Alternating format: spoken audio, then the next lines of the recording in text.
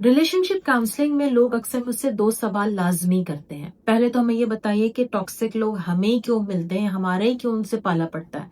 दूसरी बात ये कि हमें पता है कि ये इंसान हमारे लिए टॉक्सिक है, ये रिश्ता हमारे लिए ठीक नहीं है, हम फिर भी इससे क्यों नहीं जान छुड़ा पा रहे।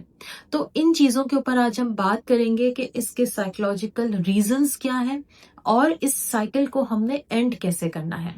पहले तो हम रीजंस को देखते हैं, जिसमें चाइल्डहुड प्रोग्रामिंग का बड़ा अहम हिस्सा है।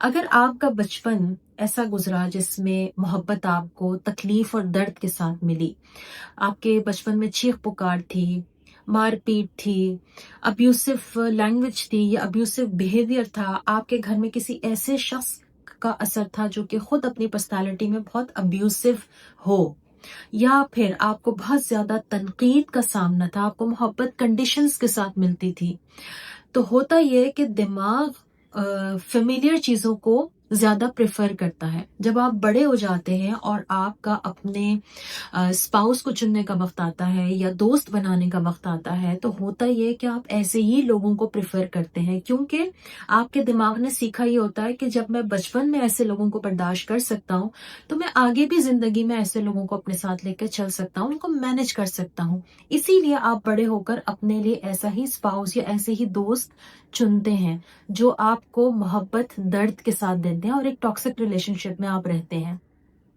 लेकिन अगर आपका बचपन में अपने माँ बाप के साथ और एक अच्छा ताल्लुक था, आपको मोहब्बत एहतराम के साथ मिली, आपको बताया गया कि आपकी सेल्फ वर्थ क्या है, सच क्या है, झूठ क्या है, रिश्ते में मोहब्बत और एहतराम कैसे मौजूद होती है, तो आप बड़े होकर ऐसे ही लोगों को चुनते हैं जो आपके साथ मोहब्बत करते हैं लेकिन एहतराम के साथ आपके करीब आते हैं।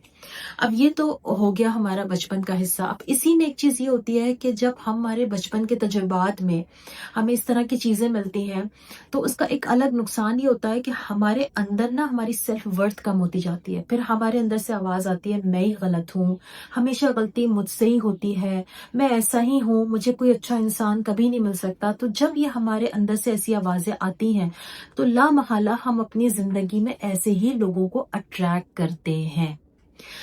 ऐसे लोग क्या करते हैं, ये आपके करीब आते हैं, कभी आपसे मोहब्बत का इजहार करेंगे, कभी आपको हर्ट करेंगे।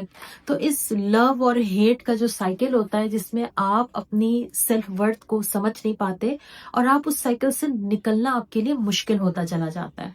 एक और इंटरेस्टिंग बात इसके अंदर ये भी होती है कि लोगों को ये लगता है कि कोई बात नहीं, मैं इसको ठीक कर लूंगा, मैं इसको बदल दूंगी, मैं इतनी अच्छी हूं, मैं इससे इतनी सिंसियर मोहब्बत करती हूँ तो मैं इस इंसान को भी बदल दूंगी। ये हमारी बहुत बड़ी मिस्टेक है। आप किसी को नहीं बदल सकते, आप सिर्फ अपने आप को बदल सकते हैं इस दुनिया में। अगर आप अपने आप को बदल लेंगे तो आपके इर्द गिर्द की दुनिया बदल जाएगी। हस्बैंड वाइफ की काउंसलिंग में भी मैं यही बात बहुत ज्यादा मेंशन करती हूँ।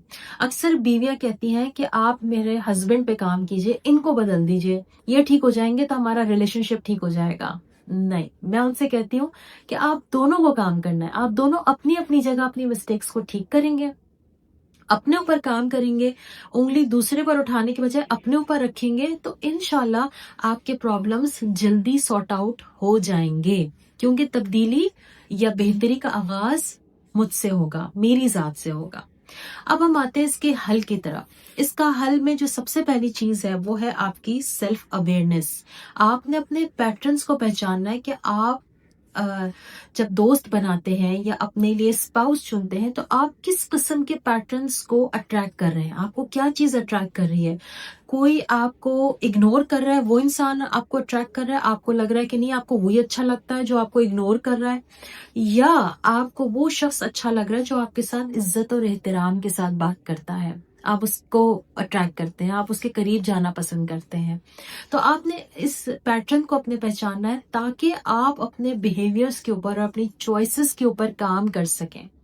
दूसरी चीज है अपनी बाउंड्रीज को सेट करें, और ताकि अगर कोई दूसरा उन बाउंड्रीज में स्टेप इन करे तो आप उससे अपने आप को डिस्टेंस कर सकें।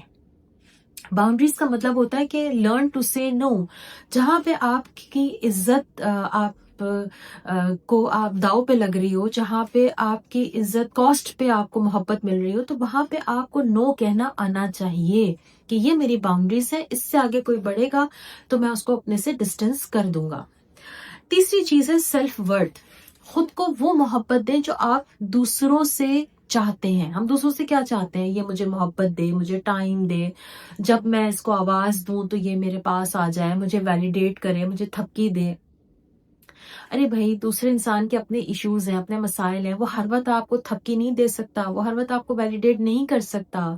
آپ ہی وہ انسان ہے جو سب سے زیادہ آپ اپنے ساتھ ہوتے ہیں, اور اللہ تعالیٰ آپ کے ساتھ ہوتا ہے.